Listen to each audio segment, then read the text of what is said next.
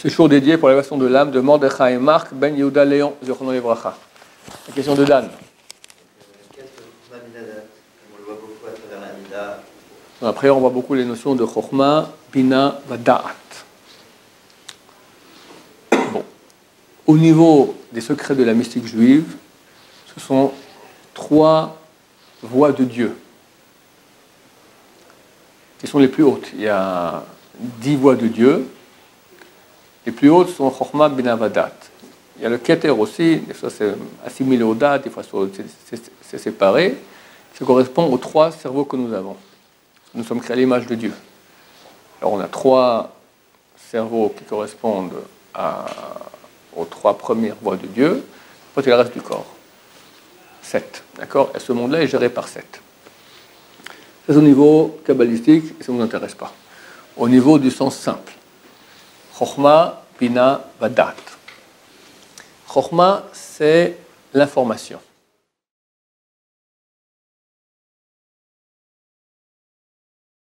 Quelqu'un qui a beaucoup d'informations, c'est un chacham. Bina, c'est prendre ces informations et en faire une construction. On appelle ça un syllogisme.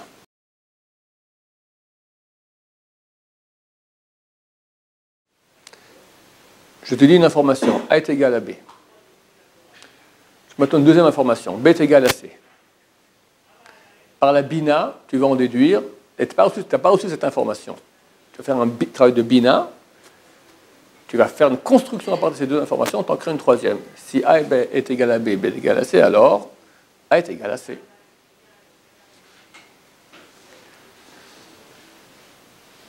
La Bina, c'est une intelligence qui est plus profonde. Tu prends l'information, c'est ce que tu as, pas plus. La Bina, elle est plus profonde, parce qu'elle peut construire avec. C'est pour ça qu'elle commence par la lettre Bet, et Bet, c'est toujours l'intérieur. Bait, maison, foyer. Bina, Ben, tu vas entre. Tu prends les 2 informations, tu vas entre, et trouves une chose qui est entre. D'accord? C'est que A est égal à B, B est égal à C. Le A est égal à C, c'est une chose qui sort de entre les 2. Ben signifie entre en hébreu. Ben, Bina. On traduit cela en français par intellect. J'aurais dit le premier, intelligence.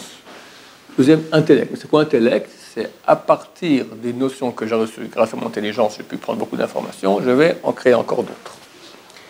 Da'at, c'est la capacité de prendre les informations que j'ai reçues ou que j'ai développées grâce à ma Bina et en avoir conscience.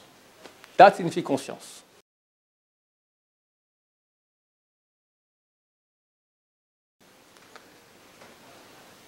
On dit sur quelqu'un, un petit enfant ou un fou, en lo da'at, il n'a pas de conscience, il fait n'importe quoi.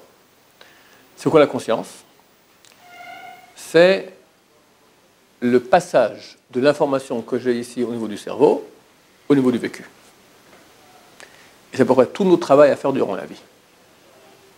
Un bar dat, quelqu'un qui a du dat, c'est les grands sages d'Israël qui sont capables d'assimiler rapidement ce qu'il y a au niveau du cerveau au niveau du vécu. Et adéquation presque parfaite. Il n'y a jamais parfait, mais presque parfaite.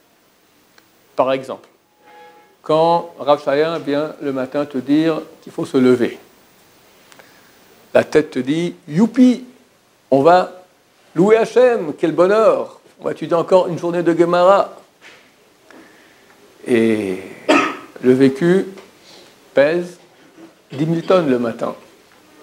Attendez, mais si on n'est même pas encore en hiver, quand tu as encore le duvet et qu'il fait froid dehors, c'est 100 000 tonnes.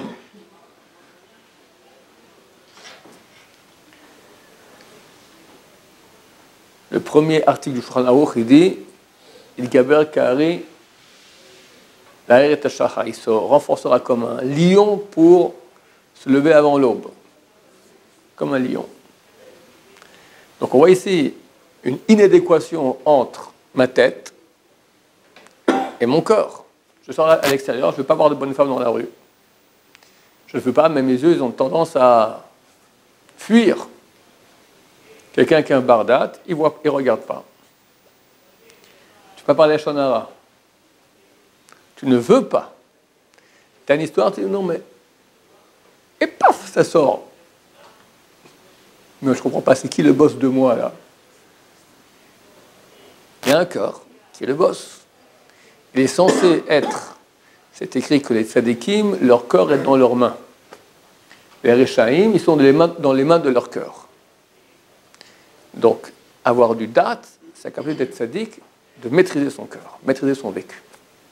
Que les notions que j'ai apprises, une fois, j'avais un jeune homme à l'Eshiva, il avait 17 ans et demi, comme ça.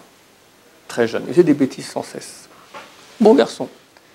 Je lui parle, je fais des moussards, il se met à pleurer. De regret. Vraiment. Il regrette.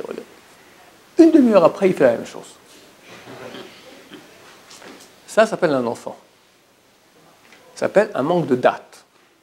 Il a compris, il veut, mais il a... Ça, c'est un manque de date. Quelqu'un qui a du date, c'est un homme qui est solide. Il sait où il va, il maîtrise, on peut compter sur lui. Baruch Adonai, l'olam, amen, amen.